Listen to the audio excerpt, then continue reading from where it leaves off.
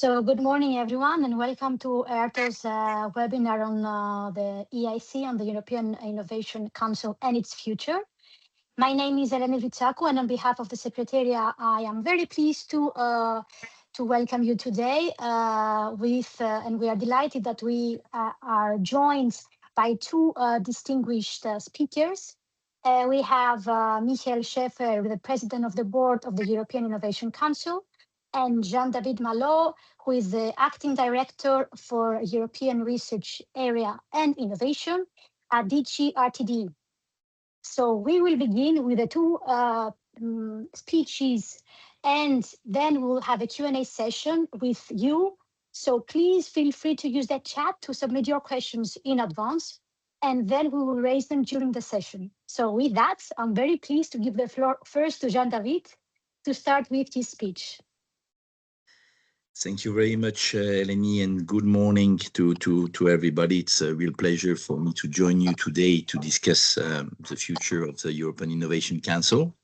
It's a very timely discussion. As you know, Europe is at a pivotal moment for innovation policy in a context of increasing global technological competition, economic security concerns, and the race to lead in critical and emerging technology.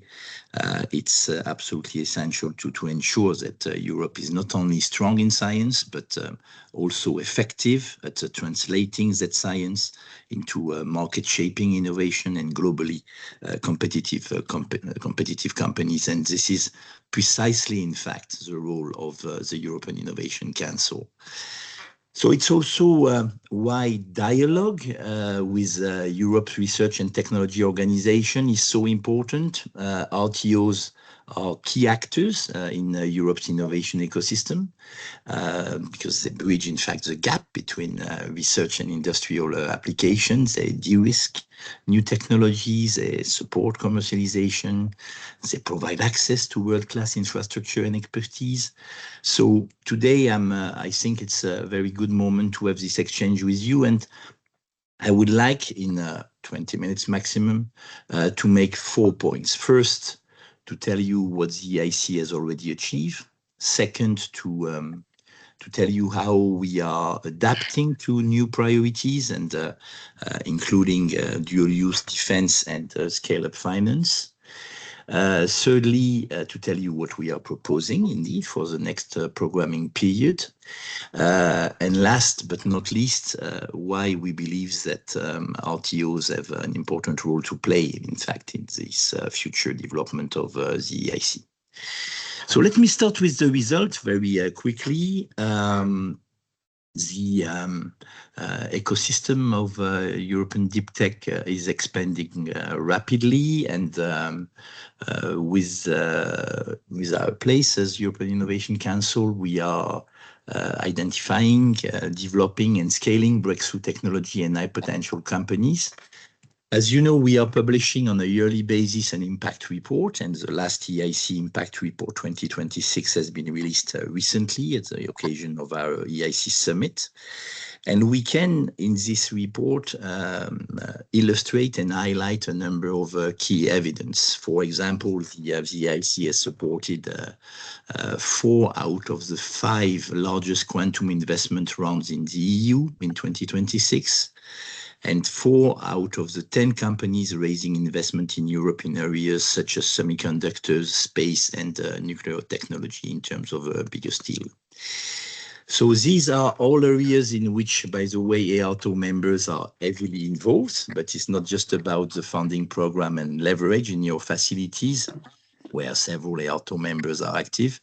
It's also as a source of scaling companies, where several EARTOs spin-outs are attracting support, and in some cases, the RTOs themselves are also co-investing with the EIC fund to help scale these companies here in Europe.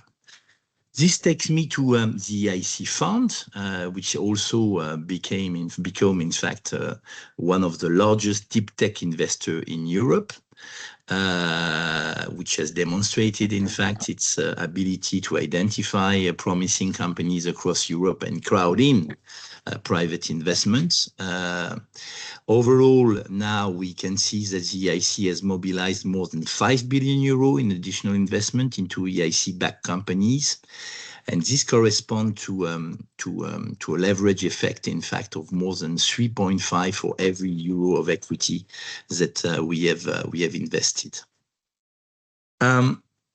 In terms of impact, also, it's not only about public support; it's also about building investor confidence and creating a green-only European market for deep tech finance.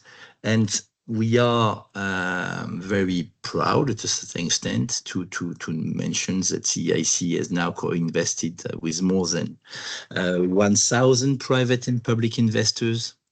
And around 80% of the EIC equity investment involve a non-domestic investor, and in most of the cases, this means investment flows across Europe and associated countries, so demonstrating, in fact, the attractiveness of this fund. This is highly significant. The EIC is not only supporting firms individually, it's also helping, in fact, to integrate Europe innovation and investment landscape and all its actors. And of course, we are also seeing concrete outcomes. Therefore, in this context, in terms of company growth, with, for example, 3 EIC-backed companies that have already achieved a unicorn status in 2026. So my first message here is to say that the EIC, which was the new kids on the block, if I could say it this way, in the context of the current MFF, the EIC is delivering tangible results, has established itself as a major instrument for Europe deep tech ambition. And in this result, it's clear that also RTOs have played a key role. Now, my second point is that by essence, and it was one of our DNA characteristics from the very beginning, we must continue to evolve in order to respond to Europe's strategic needs. This is the case, of course, for dual use and defense, one area where there is a particularly important interest and needs. Many of today's breakthrough technology have both civilian and defense application. It's true for AI, quantum, advanced materials, cyber, drones, semiconductors, energy systems, just to quote some of them. And if we want to remain competitive and secure, we need to better connect, in fact, our innovation instruments to this reality. This is why we have worked to bring the EIC approach increasingly into the dual use and defense space. You certainly remember that we were part, in fact, of the mini omnibus of last December. We have adopted a revision of our work program 2026 in comitology with member states some days ago, and we will be very pleased, in fact, to be able to launch, in fact, our first call allowing dual use support in the context of the accelerator already this year, and allowing also a specific window of support for defense in the step part of the accelerator already in 2026, and this will be published tomorrow. A second major challenge, as you know, and as demonstrated by a number of reports, is the scale-up gap. We are producing, as you know, excellent startups and breakthrough technology, but too many, in fact, of our strategic firms struggle when they reach late-stage growth. And at that point, they often need much larger investment round, bigger tickets than Europe venture markets can currently provide. And this can create, in fact, pressure, sometimes to relocate or to sell. And this strategic issue has been addressed, in fact, in the context of the startup and scale-up strategy by our commissioner, Katerina Zayareva, by saying that we must set up urgently to answer this issue, a Scale-up Europe Fund. This initiative, already mentioned in the Startup and Scale-up Strategy in May last year, has turned into life, as you know, following the announcement at the end of October of the main interest of a number of private investors to join us in this effort. We have been able in the recent months to identify the fund manager of this fund. As you know, it's EQT who has been appointed as advisor and manager, and we expect in this context to finalize, in fact, the last legal documents to make the fund fully operational in autumn 2026 and to have the first investment. The ambition of this project is very simple. We would like to achieve via, in fact, a compartment of the EIC fund, but totally independent compartment, a fund of 5 billion euro, helping to trigger up to 20 billion euro in total late-stage venture capital investment for strategic technologies such as AI, quantum, clean tech, biotech space. This fund will be massively a private fund where the EU will represent maximum 20% and certainly even less than 20%. And just to conclude quickly on this point, it's much more than finance. It's here a question of European technology sovereignty, and it's a question of competitiveness, it's a question of economic security, and we must find ways to finance our companies when they scale, if we want to be competitive and if we want to remain in this deep tech race that is up and running. Now, coming to the future as my third point. So you all know that around a year ago, we tabled the proposal for the next MFF. And where the support to the EIC and more globally to Horizon Europe for the period 2028-2034 is proposed to be substantially increased. We are indeed proposing a significant expansion of the EIC budget, more than tripled, reflecting the need for Europe to step up support for disruptive deep tech innovation and to match the scale of our ambition in critical technologies.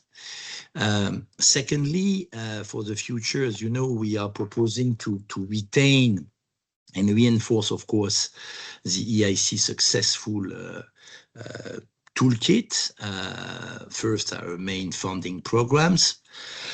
So the Pathfinders, the transition, with certainly a more explicit place for the EIC transition, and last but not least, of course, the accelerator. The EIC fund, with certainly stronger capacity for follow-on finance and a structure designed to attract additional investors, and business acceleration services, which remain, as you know, an essential part of the EIC offer. We are proposing and we are starting also to test this in the last years of the current MFF, to strengthen the ARPA-like approach of the EIC by giving greater responsibility to program managers. In particular, for the next MFF, we would like them to define and implement challenges, to have the possibility to combine different instruments, to have the possibility to fast-track support for the most promising projects, to help turn the results into innovation, and to enhance focus and links to the demand side, such as procurement. This is important because Europe needs innovation instruments that are not only excellent, but also agile, that are focused and are able to respond quickly in fast-moving technological skills. And this evolution is, we believe, absolutely necessary. And we are proposing, in this context, also as a fourth path, to expand the remit to enable support to defense and dual-use startups as continuity, in fact, of the pilots that we are launching now. And as the fifth avenue, we are proposing in this context also stronger synergies with other EU programs as well as with national and regional programs, including through a fast track into EIC transition and the EIC accelerator. Purpose here would be to create smoother pathway for the most promising ideas and project to move from frontier research towards innovation, market uptake and scale. And further opportunities for synergies between the EIC and European competitiveness will also be promoted.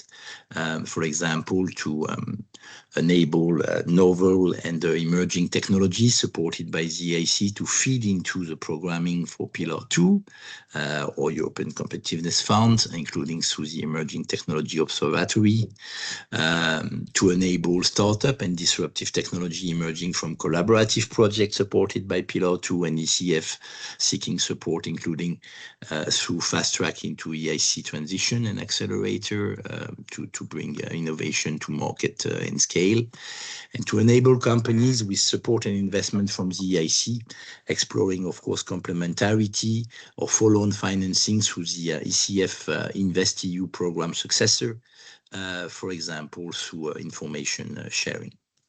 So at the same time, we want to preserve the distinctive governance features that have helped make the EIC effective, including continued strategic oversight by an EIC board with an EIC president of the board. And I'm pleased that Michiel Scheffer is with us today and will certainly provide very valuable input to this event today, as usual.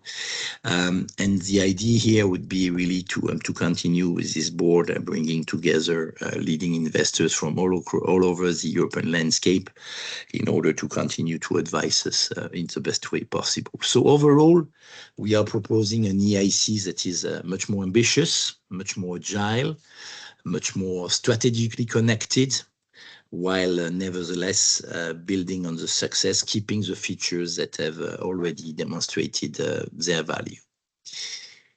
Let me finish with a final point about the very important role of RTOs in this context. I mean, the EIC is, of course, often associated with startups, breakthrough companies, and rightly so. And mainly when we talk about EIC, we are mainly talking about accelerator. But if we look closely on how deep tech innovation actually comes to life, the previous steps are certainly even more important. And this is also why we do believe that we must keep also the unicity of the EIC from the generation of an idea up to the support of the scaling up of a company. So from Pathfinder to accelerator and beyond. And in this context, RTOs are essential partners in the ecosystem. I mean, EARTO and its members have already engaged successfully with several parts of the EIC, and notably in the previous programs that I mentioned, but also in some of the companies that we have supported that have emerged within an EARTO an RTO environment. Not to forget, of course, that we have several people with strong RTOs connection on our EIC board.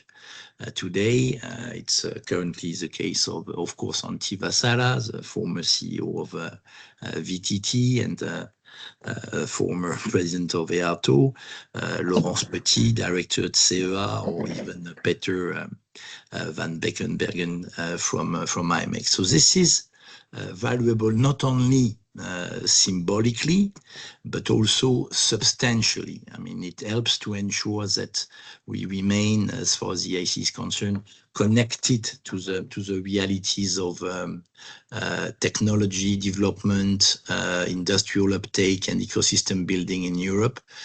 And this is perhaps one of the most important message for me today to your attention. RTOs are not only sources of innovation, but you are key actors in this context, and you can contribute, in fact, to various dimensions of the EIC, but also to other absolutely key initiative. I have in mind, of course, in my directorate, the research infrastructure and technology infrastructure strategy, because in a number of your infrastructure are critical capability for Europe disruptive startup and scale up.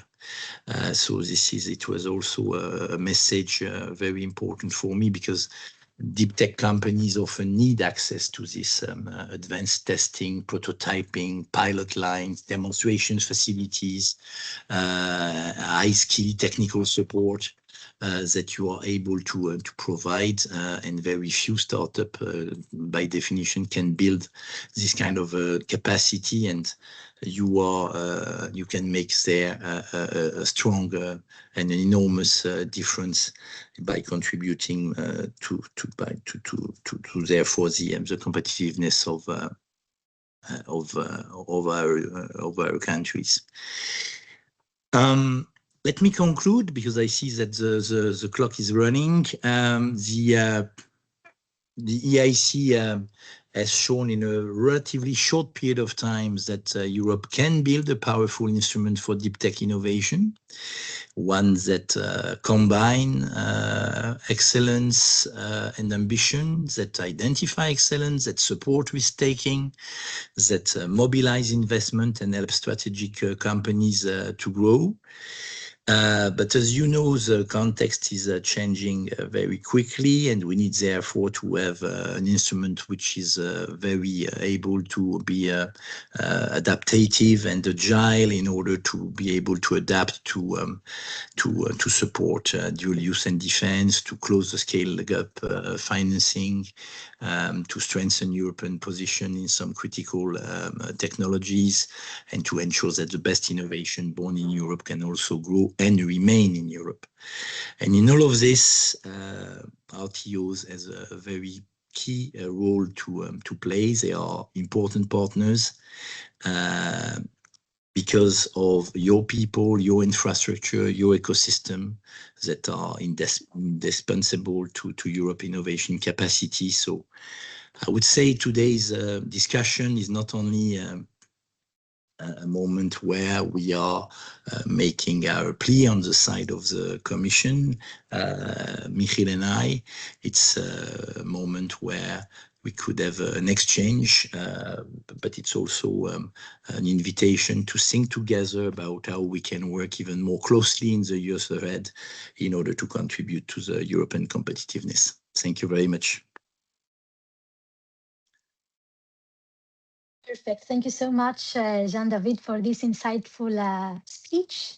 And now let's turn to Michiel to set out the EIC's board perspective and the key issues on the future of the and present of the EIC. Please, Michiel, the floor is yours. Thank you. Thank you, Eleni. Just for those who wonder what I'm on, I'm cycling today from in Slovenia, because I had an event in Bologna on Friday, and I have an event in Zagreb tomorrow, and I use the time to cycle. And my shirt is quite historic, because you see it here. It's called the Startversneller, which is the growth accelerator, which was a policy I implemented as a regional minister in the Netherlands already 10 years ago. About today, I mean, it's nice that the title is The Future of the EIC, because apparently the EIC has a future. And I say that because it's not entirely natural. As Jean-David said, it's a new kid on the block. And, well, child mortality is something that happens. But it hasn't happened. And that's important to say. And I would say two things on that. I mean, first, as an observer, I would say the EIC concept has been well designed, and that is a compliment to Jean-David and the team who did that, because it was well, let's say, defined in terms of instrumentation. And the second thing is important, while the implementation was a bit difficult in the beginning, the agency has been very agile, but also very thorough in improving the systems. Let's go back to the origin of the EIC. The EIC was designed to do three things. Basically, the first one is that the value of death in Europe was mainly seen as a lack of funding. So it was set up as a funding instrument to cover basically a gap that was not fillable by existing instruments and certainly by not the market as it existed. However, the second innovation was to crowd in private capital. And as Jean-David has shown, with the 3.5 leverage, that has worked out well. And the third element was the landscape for startup support was highly fragmented. Even worse than by country, often by region, and with differences between regions. And I noticed that in my region, if you go 10 kilometers to the west, the policies were different. And if you go 15 kilometers to the south, they were even more different. And if you go 20 kilometers to the east, there was no policy at all for startups. So that was a reality, a big, let's say, a big differentiation in the landscape and very few connections amongst the landscape. I think on all the three accounts, the EIC has succeeded. I mean, the funding gap has been, well, substantially declined with, let's say, a large volume of companies supported. We have about 1,400 projects, 800 accelerators, 600 pathfinder and transition. So that's a substantial mass. And it's also, let's say, a next step often from those national and regional instruments. The second element, the crowding in, has worked as well 3.5 times, and the fragmentation has been largely addressed. And that you see that if you go to Hello Tomorrow or you go to the EIC Summit or in Vivatech, I mean, there has been, let's say, a growth of events with, let's say, a lot of people that know each other and would not have known each other 5 years ago. So on those all three counts, it has been a success. There are some, however, important changes between the beginning and the end, or the beginning and now, and the beginning and the future. One term that was almost absent in 2019-21 when the instrument was conceived was strategic autonomy. Yes, there was, let's say, a reference to the EIC should serve European policies. That Green Deal was the most important one mentioned, but strategic autonomy as such was not a concept and has become much more on the top of the agenda in the last years, with both a more, let's say, military defense side, but also a side on AI, but also realization energy is also important. So it is strategic autonomy is still a broad agenda that might for the board require more focus, but that's one important change. The second important change is that the focus has become much more on scaling up. So while in 2019-21, the instrument was designed with an accelerator with a 15 million equity above a 2.5 million grant, by now we have a step and there is a scale-up fund. But it's also interesting overall because in the official basis, legal basis of the EIC, there were two instruments, the Pathfinder and the accelerator. And the accelerator was already foreseen as a blended instrument of grants and equity. Since then, transition was introduced, which was not on a legal base. The step has been added, the scale-up fund has come, and we have a pre-accelerator for the widening country. So by now we have 6 instruments instead of the 2 in the beginning. And there was also an excursion, since there was also the Seeds of Bravery project with smaller grants and medium-sized grants for Ukraine. But it was an important innovation to learn setting up the pre-accelerator instrument. So that's important that the instrument has been quite an evolution, and I think that is partly also of the role of the board, and as we have done 2 things, basically to signal new issues, and we've been quite active in advising the Commission to already experiment under FP9 things that were conceived for FP10. And so in the work programs 24, 25, and 26, there had been, let's say, introduction of new instruments or new tools to see whether they could work. And that means that the European Commission is well prepared for FP10 because a number of things have been tested in advance. I think one thing also that is important for FP10 is not only look at the EIC itself, but also look at the ecosystem as a whole. Because whether the member states win or the parliament wins, and the budget spread now is between 25 billion for the stingy member states and 48 billion for the European Parliament. That is the range of budget options. But let's not forget that Draghi and also Macron in a speech mentioned that the total needs of Europe to modernize and to become competitive and autonomous is more in the rounds of 800 billion euros. So 20 times to 40 times more. So that means that in any way, the EIC shall only and can only be an element in an ecosystem. And that ecosystem is also changing. More and more VCs are moving away from software as a service and moving into deep tech. So deep tech is now seen as an interesting asset class because it is protected, it has patents, it requires fundamental knowledge, it is not easy to replicate deep tech. That's an important finding. What we also see is that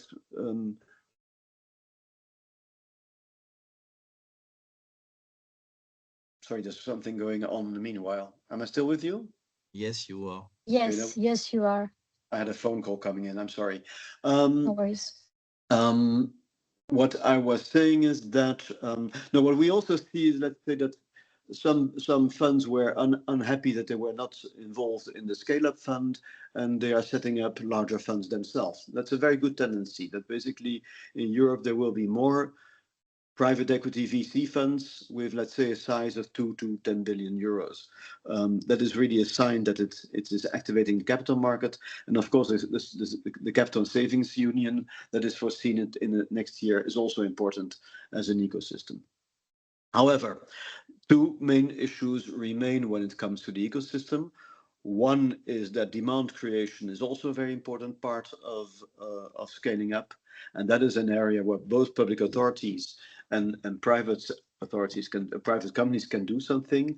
I see a movement now of private companies that combine each other. There's, for example, a fusion agenda in Europe, which is interesting, and where also the fusion companies funded by the EIC are an important part of. There's also an initiative of 7 CEOs of ASML, Mistral, SAP, Ericsson, Nokia, Siemens, and I always forget one, Airbus. But there, let's say, the ecosystem side still has to be developed. So they are asking a number of things, but what are they offering to strengthen the ecosystem? But at least as a basis for having a dialogue with larger companies on how to improve that ecosystem, because the large companies will have to play a role in it as well. So that's also an important thing. What is also important to look at is, in view of the funding available, is the prioritization. And that's basically on one hand, the level of bottom-up compares to top-down challenges selection, and if challenges, what are the challenges that are essential and how are they managed over time? What is important, the EIC board has been very active on advising on an ARPA approach. That means a stronger program management, a stronger management around portfolio of coherent projects that strengthen each other, and also the ability of program managers to be more lean and to have more authority to add grants or to advise companies to go from one system to the other. Jean-David mentioned it already, the concept of a fast lane in which a project can transit faster or easier from pathfinder to transition and from transition to accelerator is therefore an important thing. But every benefit has a downside. Giving more autonomy to program managers and having an ARPA approach would also imply that the member states would have, let's say, a more oversight role and a less, let's say, executive role in deciding on projects. So they will have, so they have advice and decision power in advance, and they see afterwards the results. But the awarding, for example, procedure should be, let's say, much more autonomous than currently is the case. What is also important to keep in mind is that I often use the metaphor, the EIC is the icing on the cake. So we have 800 companies by now, 600 projects on the Pathfinder transition, 1,400. That on comparing to the number of applicants, it's small. And so we have had for the accelerator about 12,000 applicants, Pathfinder even slightly higher. So only a small share of projects are funded. And also the number of projects funded at national regional level is much more substantial, especially if member states or regions have an active policy. So the icing on the cake also means that also member states and regions need to have an active policy on startups and scaling up. And that combination is important. Hence, the board will also look at the synergies between the ERDF, the structural funds, and the EIC after the summer to give advice on how to design operational programs in the ERDF. So that's also an important topic. So if I conclude a number of things that are important to look at is, well, first, the budget will have impact consequences. If it's a European Parliament budget, there is much more possible than if it's the member states, stingy member states proposal of a budget. That really makes a difference. What we hope is that we can propose or advise to do a serious inflation correction, because there has been substantial inflation over the last 7 years. The second thing the board has found important is to have decent success rates, so rather around 10% and around 5%. That's the second one. The third one is indeed to transit much more the transition instrument in a kind of rotation where more entries are possible also from national programs. And basically to make of a transition really a pre-accelerator instrument. That is important, and that's also where the synergies with national and regional programs comes in. Finally, we are of course happy with the continuation of the board. Of course, I would say as the president of the board has been an effective instrument of advising the Commission and also as ambassadors. I mean, on average, we speak 300 times a year in different occasions. So the Commission has given itself a major PR instrument of disseminating the good news. That's, I think, important to have as well. And that shows as well, and that's my final comment, that the EIC is not only an instrument, it's only a community of people and a movement of people who want to make Europe a better place to work and to live in. Back to you, Eleni. Perfect. Thank you so much, Michiel, also for sharing your views. So now we open the floor for questions from the audience. We didn't receive any on the chat, so I encourage the colleagues joining us online to raise their hands and ask the questions directly to the two distinguished speakers that we have today. So please, we open the floor for questions. Don't be shy and raise your hands. If not, we have some questions already here, so please, the floor is yours. Is anyone confident enough to be the first one or not?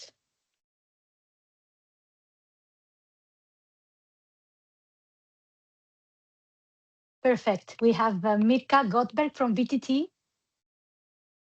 Mirka, the floor is yours.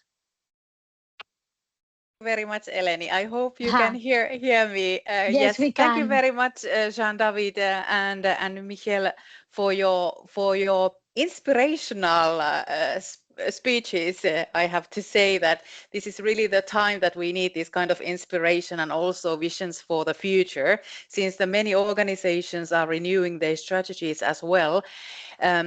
So I would like to ask that how has both of you mentioned member states and that we need more synergies with the national and regional programs and funding instruments, etc. So can I ask that how are the discussions with the member states proceeding for the moment? Is there an interest and also buy-in to create more these synergies, but especially to kind of support these steps between the different instruments, but also really to make sure that all these instruments and elements are working together towards these targets. So about your discussions with member states, how is it proceeding for the moment? Thank you.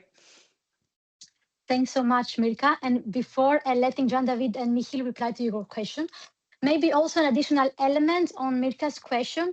As you know, we have also from the member states the PGA of Horizon Europe published last week. So maybe some also additional comments on what the member states agreed last week on the EIC. Now I give you the floor. Thanks. Who do you wish first? I start. You start. Maybe Jean-David, who was the first one. Oh. You can exchange if you want. I mean, the way you want, Michiel. No, just maybe a few words on the first question to start from Mirka. So globally, the discussion with member states are going relatively well. I mean, in the current negotiation phase between Council and Parliament, of course, Council is much more advanced as usual, as you know. For the EIC, as you certainly know, the part that was the most subject to discussion was the point on defense, where a kind of balanced situation has been reached. No real difficulty on the importance of the program as such. Of course, the discussion on the budget is too premature at this stage, and you know that by experience, this kind of discussion are taking place at the very end, even if you have, of course, some first orientation. But I mean, this is certainly not the end of the story. On the side of the Parliament, I mean, the ongoing process to consolidate their amendment has started. They would like to have a position somewhere in the course of the autumn, so after the summer break. And the main issue there, as far as the EIC is concerned, will be around the degree of independence and again on the inclusion of defense. But globally, I mean, what we can see is a very important support to the program and no real question on undermining, in fact, the program. On the contrary. Now, regarding the question of the link with member states, and in this context, the question of also the support and a better synergy, if I could say it this way, with NRPP, in fact, in the future. It's always something that is at the heart of the discussion. In the current MFF, you have a broad range of synergy. We all know that it's not as evident as it may appear, because by essence, and it's normal, you have differences in programming, in management, in implementation. Nevertheless, we see also a number of possibility of synergies because of common and unified objectives. We have today some great experience as far as the use of tools are concerned. The experience shows that a broader use of Seal of Excellence, for example, as far as the EIC accelerator, pre-accelerator and transition, MSCA, is relevant. We see that for combined funding, for teaming actions, for example. So it goes beyond EIC there, but we see that for increased interest on ERDF Horizon Europe transfer, and it's true for EIC, but it's true also for ERC and for ERA fellowship. You have an appetite on this, and this is growing up. Nevertheless, you have still a number of issues that remain to be tackled. And as always, I mean, the devil is in the detail. I mean, And these difficulties are always around the same kind of thing. The difficulty of the coordination between the national, regional level and the EU level, because the mechanisms are totally different and have not been designed in order to be interconnected. You have issues on data collection. You have issues on ad hoc transfer being implemented in a way which allow, for example, the level of the union to have a better overview in terms of business processes.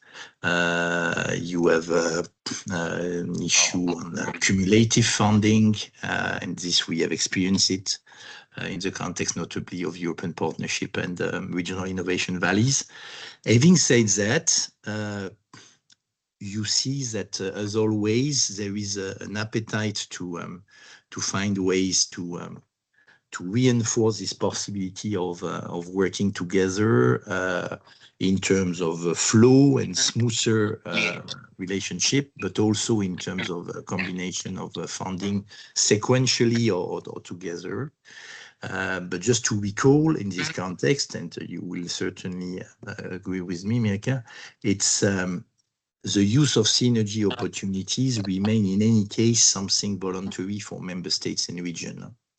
So when it is in particular the case, of course, in the future of an LPP framework, and it is absolutely essential that collectively, but in particular also on the side of the Commission, we are developing attractive narratives and pathway to create this kind of future linkage and synergies.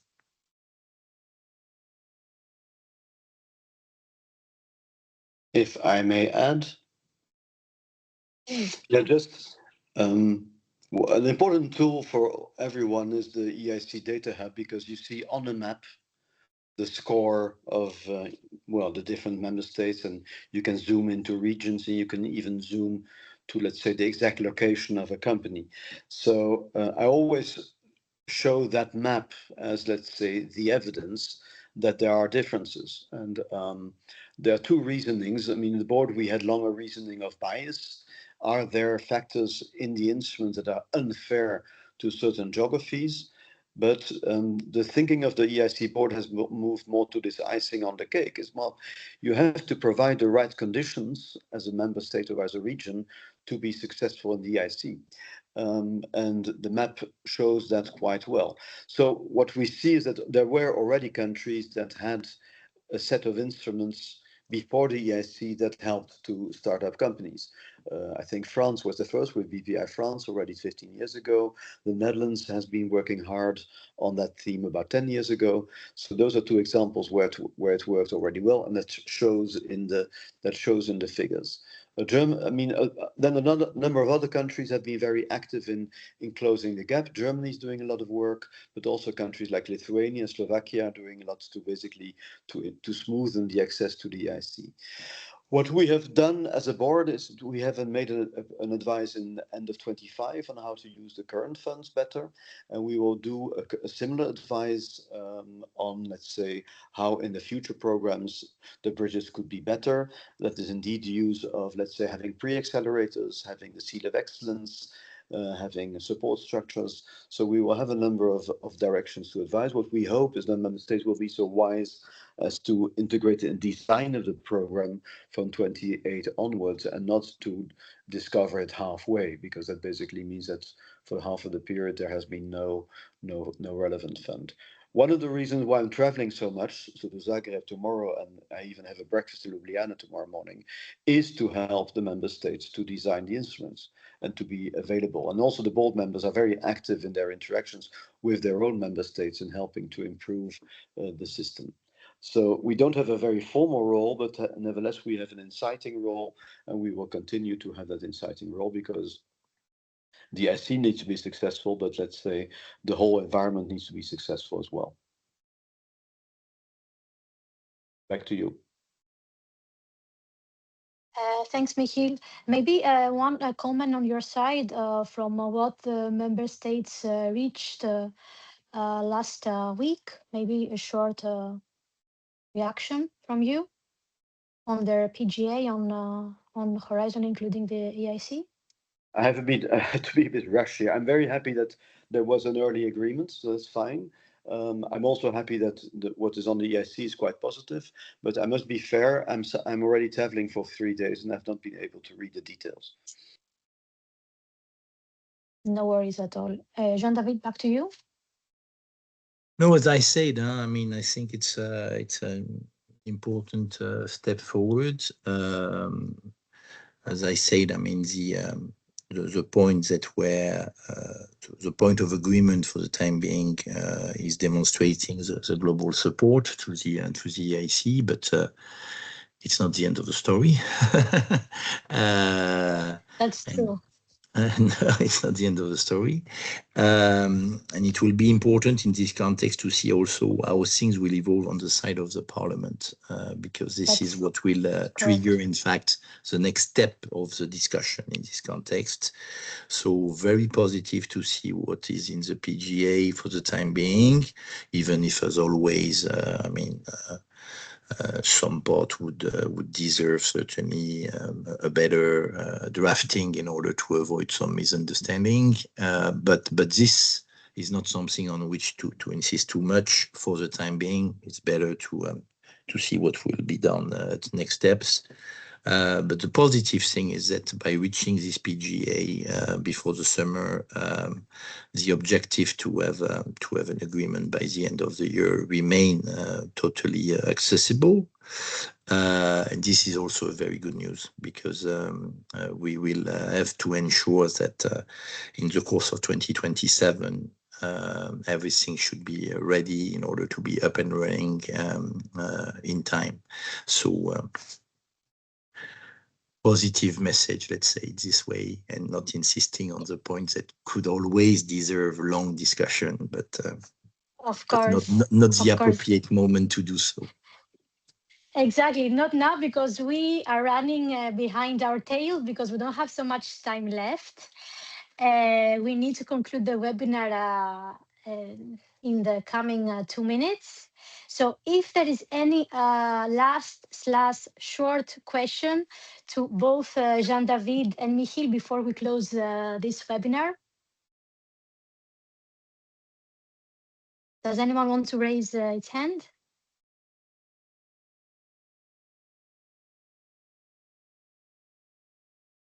No.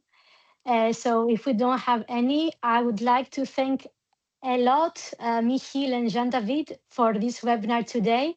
It was our true pleasure to have you both joining us. And as I told you at the beginning, we will share the slides of Jean-David and also the recording to all registered participants. And please stay connected to EARTO, because we have more webinars ahead. Okay? Have a great day. Bye-bye. Bye-bye. Thank you very much. Bye. Thank you. Thank you. Bye.